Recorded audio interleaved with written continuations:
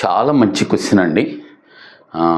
SI లాంటి ఎగ్జామ్కి ఈ విధంగా క్వశ్చన్ జాగ్రత్తగా చూసుకోండి. అందుకే ఇచ్చాడు అనుకోండి. రైట్ అండి. చూడండి, XYZ అనేవి 3 వరుస పూర్ణాంకాలంట. వాటిలో కూడా X less than Y less than Z అంట. అంటే X Y చిన్నది, తర్వాత Y వరుసలో అనమాట XYZ.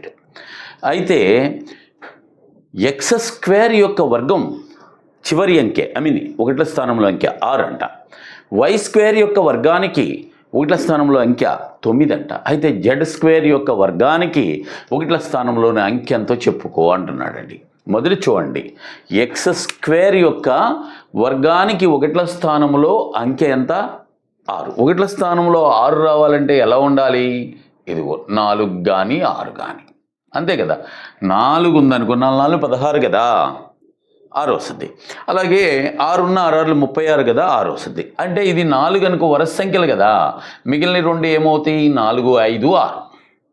ఇది 6 అనుకోండి, మిగిలిన 2 ఏమవుతుంది? 6 7 8. ఈ రెండిట్లో ఏదో ఒకటి మన ఆన్సర్ అండి, అంతే. రైట్, చూద్దాం. అయితే Y²కి చివరి అంకె ఎంత? 9. ఇదిగోండి Y ఇక్కడ ఇది తీసుకున్నాం అనుకో, Y అంటే 5 కదా, స్క్వేర్ Y², 5 5 25. చివరి అంకె ఎంత వచ్చింది? 5 వచ్చింది. కానీ ఎంత రావాలి? అక్కడ చివరి అంకె 9 రావాలి. ఇది తప్పు. అంటే ఇక్కడ చూడండి, కావాలంటే 7² 7 7 49, 9 వచ్చింది కదా.